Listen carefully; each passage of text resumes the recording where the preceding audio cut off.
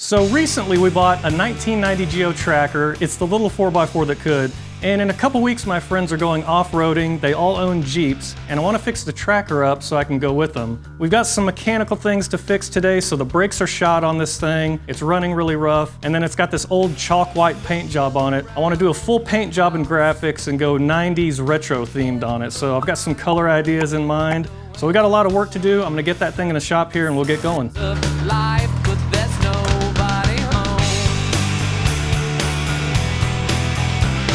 So it's 2 weeks until that off-roading trip that we've got planned. That doesn't give us a ton of time to get this thing running, but I think it's enough. So we'll tear this thing apart as quick as we can right now, get a parts list together so we can get it ordered. So on the rear brakes back here, the shoes, they're a little thin, and those are cheap enough, so I'll just order some new brake shoes. The wheel cylinder looks like crap. These are only about $6, so we'll get new wheel cylinders on each side. The springs, all the hardware looks like it's in good shape. And the drum, it could be turned to get rid of the grooves in here, but these are cheap enough. I'm just gonna order some of those too. Front brakes look pretty rough. This is the caliper that was locked up. It's pretty rusted. The calipers are cheap enough. We'll just order new calipers for both sides. Brake pads are like $8 for this thing, so we'll get new pads. The brake lines, they're pretty rough. Up here, this guy is so rusted. I can't get it to brake free. It's just starting to turn the whole brake line. So we'll redo brake lines on the whole truck. So I think the whole brake system is pretty much a write-off. The brake master cylinder up here, it may be okay. I'm just not gonna chance it though. I don't really have enough time. So I'm gonna order a new master cylinder. I just figured out why this window would not work for JT. It's in the permanently up position. They've got a piece of metal just jammed in here, holding it up. So obviously the window regulator is shot, so I'll order one of those. I think the carpet's got to come out. I'm curious what you guys would do in this situation, because it's going to be for just fun off-roading, not like a daily driver. And I think that's why the floorboards are so rusted. The carpet holding water when it gets wet, so you know, rip the carpet out and we can just spray paint the metal and be done with it. Okay, moldy carpet is getting cut out. I knew it. Tearing this carpet up, there's a brown recluse. It's dead, but that means they're here. That's another reason for this carpet to come out. They're probably all under this seat too. This is going right to the dumpster. Oh, look at this floor. This floor is terrible. Jeez, man. Okay, brown recluse seat. Brown recluse seat coming out. Let's see what we got under here. Anything? I don't see anything. I'm gonna set it outside and bomb it with pesticide though, I'll tell you that.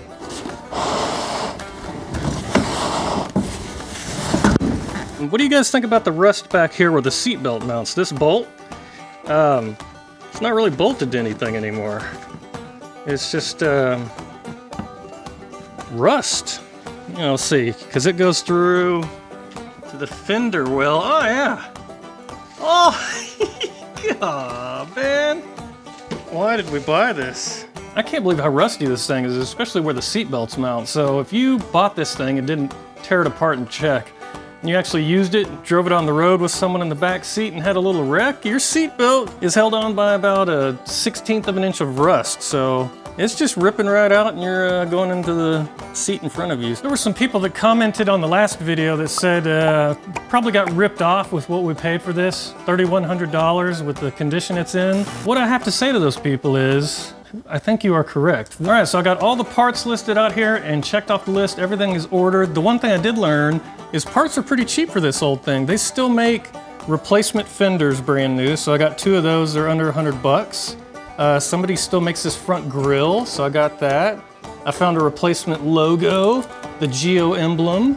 Now all we can do though is wait and see if everything shows up on time though, so we will see. So I put down the beginnings of a little paint booth. I've painted the race car in the shop before with just kind of a homemade paint booth. It ended up okay. I started to take the door trim off. I've got the you know, the back door torn apart. I've got all the trim pretty much off of this thing in a pile. And then all the little accessories are here. So I think I've gone far enough. We're just gonna paint it like this. I'm not gonna spend the time to paint, you know, all the stuff in the engine bay. We're just gonna cover the engine bay. It's gonna stay white. One pro tip my dad taught me back in the day, get you a thing of sandwich baggies and a Sharpie, and if you're gonna tear a car apart to this extent, just bag things up as you go and label them. So group them together, like here's seats and windows. Here's the fenders and core supports. Because there's probably 70 different types of fasteners on this car, so if you at least group them together, you'll have a chance of getting the thing back together. I've photoshopped up a few different color schemes for the thing, sent it to some friends. There was kind of a consensus on one, so I'm not gonna tell y'all what it is. You just get to wait with the suspense and see what color it's gonna be. But I've got to primer it first, get the paint booth stood up. I'm just gonna light sand, you know, wipe off with some acetone and get to spraying, so. I'm just too sure, or maybe I'm just too frightened by the sound of it.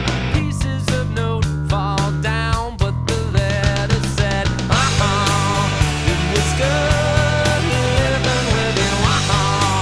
It was good. It was good living with you. All right, guys, sanding the car is just about as fun as sanding the boat. I'm doing 320 grit and roughing it up with that. What I've got to do is just not try to fix any of these body issues, like here where it's rusted and pitted out, and the bottom of the door here. You know, really I should be getting some body filler, filling it in, sanding it back down. I don't need to do any of that. We're just gonna prime it and paint this thing. The spot back here that I said I wasn't gonna mess with, I put body filler in there anyway and sanded it, and down there at the bottom of the door. And then I did some more up here on the hood. I wasted half a day sanding and putting body filler in. When I know that half a day is not gonna make us have any more fun out on the trails, and all I did was waste more time. Fenders showed up.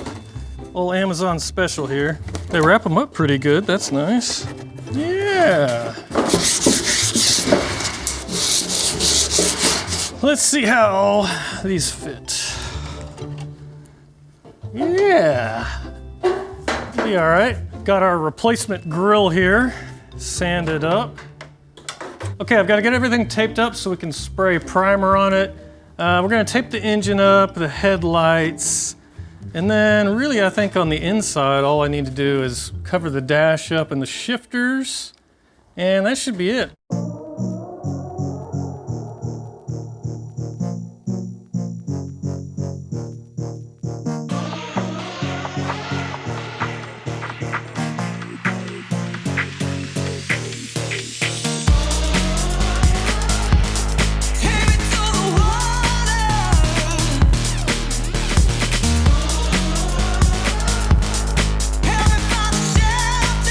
Almost done.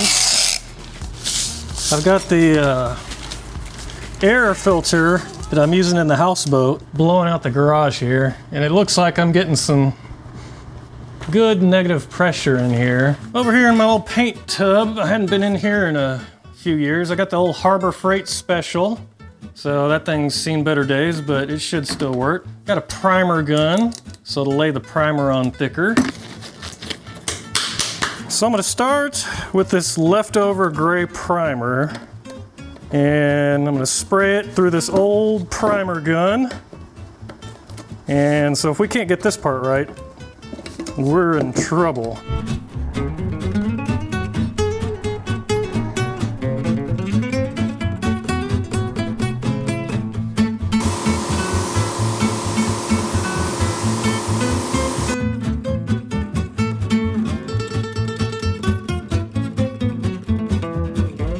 All right, guys, I got the primer coat laid down. I ran out just as I was getting to the interior, so on the inside, we're just gonna spray the color right over the old paint because I don't wanna go spend another $150 on a gallon of that primer. So now all we've gotta do is hit this with 650 grit sandpaper, just a light sand, and then we can get into the color.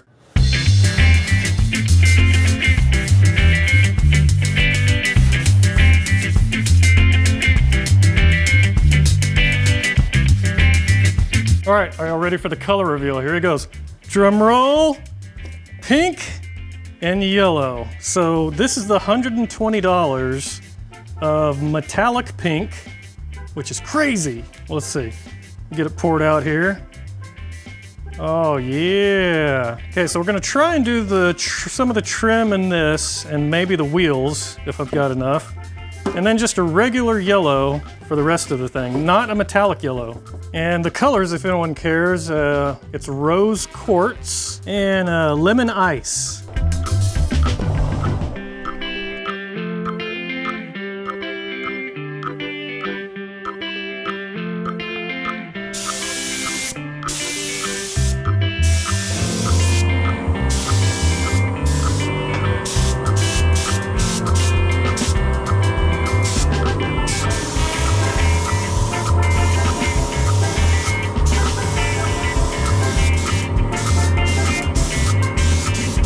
All right, so we got the pink paint sprayed down. That was the whole 8 ounces, so it's all gone. That did 5 wheels, and then the trim around the door here. It looks pretty good. It's hard to tell until you get it out in the sun, but in here it looks pretty cool. You can also see, like in this area here, how I did a terrible job sanding down the primer. So that'll be there forever, but you know, that's kind of the nice thing about painting something yourself. Every time you look at it, you remember that you did this. This is you.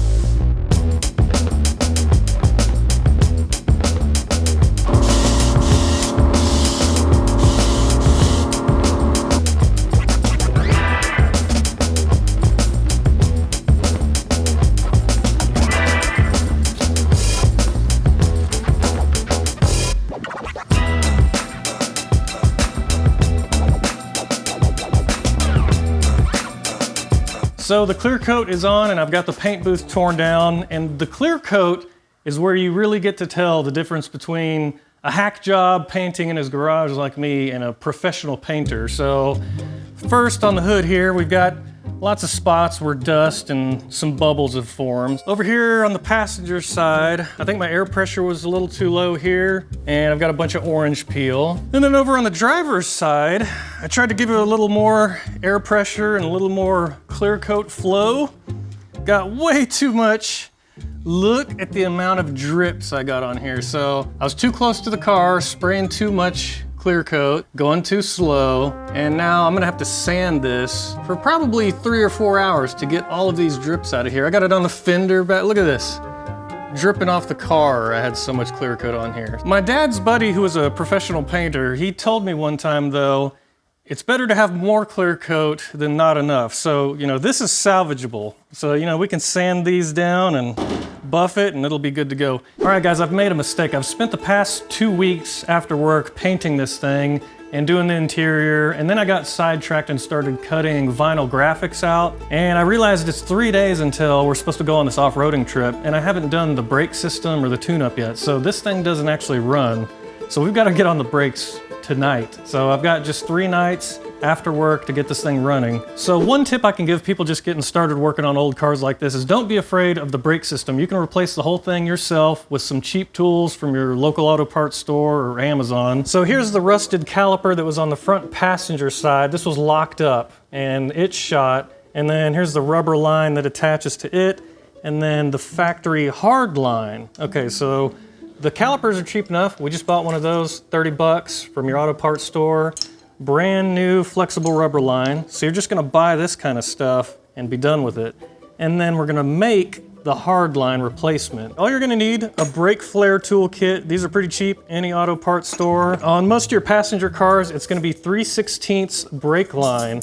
And this is the same whether it's an American car, Japanese, European. It'll be 3/16 line, and the fittings will just be different. So it'll either be 3/8 inch, or since this was kind of made in Japan, it's gonna be a metric 10. This is optional, but these tools let you straighten out the brake line pretty quick from these spools. So you just ram jam it through there. Whenever you cut these brake lines with any kind of pipe cutting tool, it'll be jagged in here. So you can use a little deburring tool to clean it up, or a razor blade if you're in a pinch, or you can use an actual deburring bit on a drill, lots of different ways. You're gonna put your brake line through this tool and it's marked, so we're going for 3/16. Then we're gonna insert the little mandrel here for 3/16. Crimper down here. And that's the first part of the flare. So it's kind of squished it down, made a little dome out of it. And we're gonna clamp her down one more time. This makes the second part of the flare. Then all you've got to do, you can use a cheapo tool like this here to bend the line to match the old one. There's definitely nicer tools that professionals use, but we're cheap arses around here, so we just make do with this. So there you go, we got the old versus the new, matched up pretty good.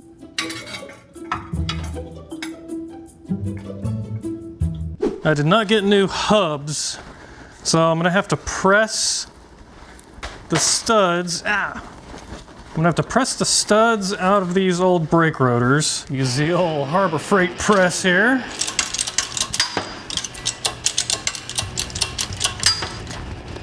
Oh yeah, power of hydraulics.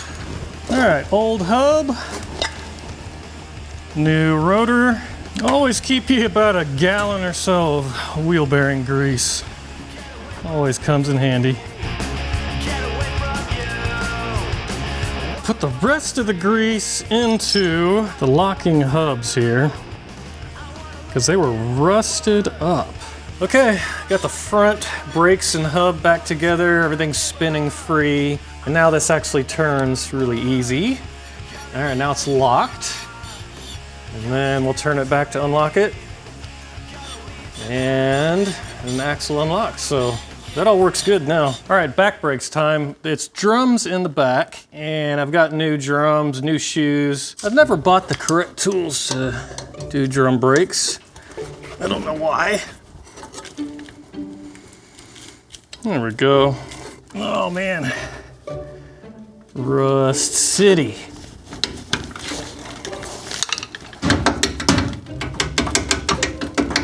Let's just bend these until they break. There we go. That's the way to do it. Oh yeah. All right, there's the old wheel cylinder. What a pile. Oh no. What? Why you no fit? I got rock autoed. Oh. So even though this is a wheel cylinder for a 1990 Geo Tracker, it doesn't fit in the back plate here, so I'm gonna have to grind it out.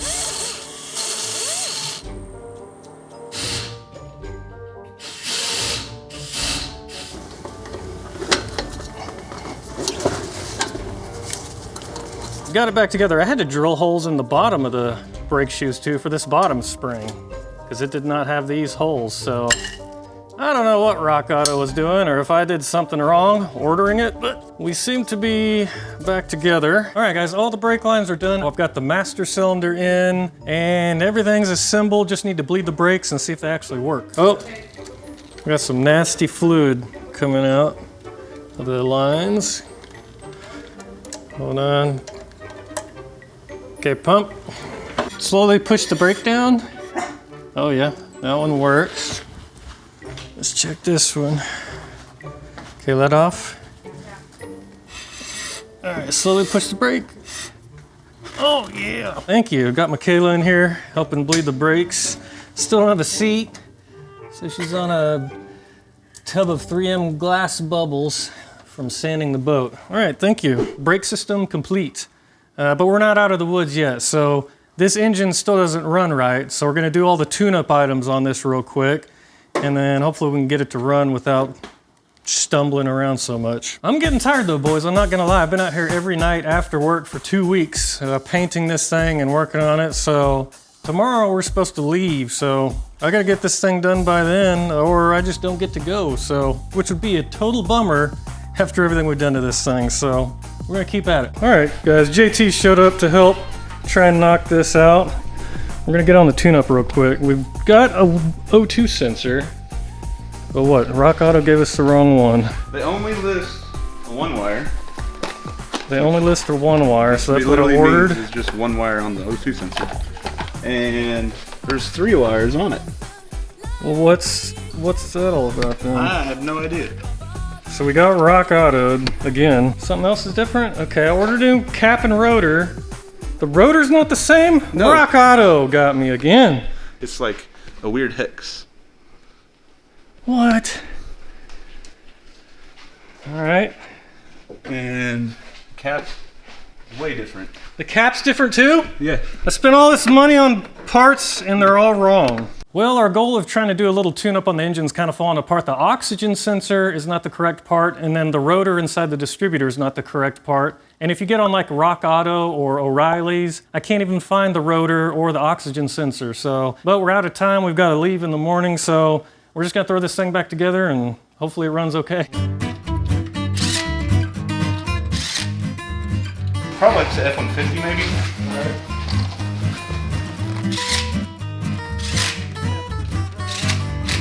Now, you guys remember from earlier that the mounts here for the seat belts are totally gone. You know, put a little duct tape over these here just so they don't rattle around. Y'all are gonna have to remind me to fix this because if I forget. We'll check the rear diff first, JT. Okay.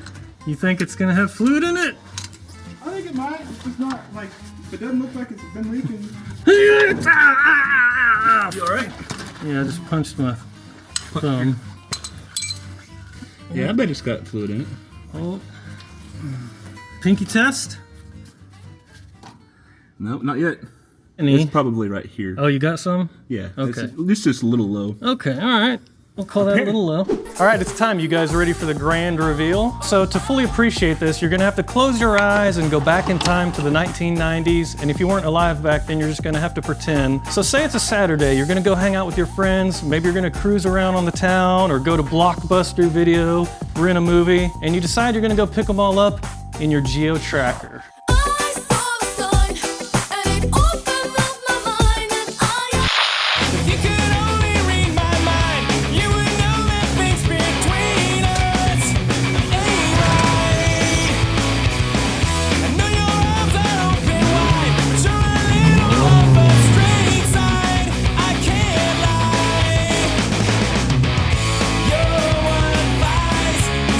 And maybe your tracker has a tape player, so you've got some of your favorite 90s music going. You've got 3 of your friends.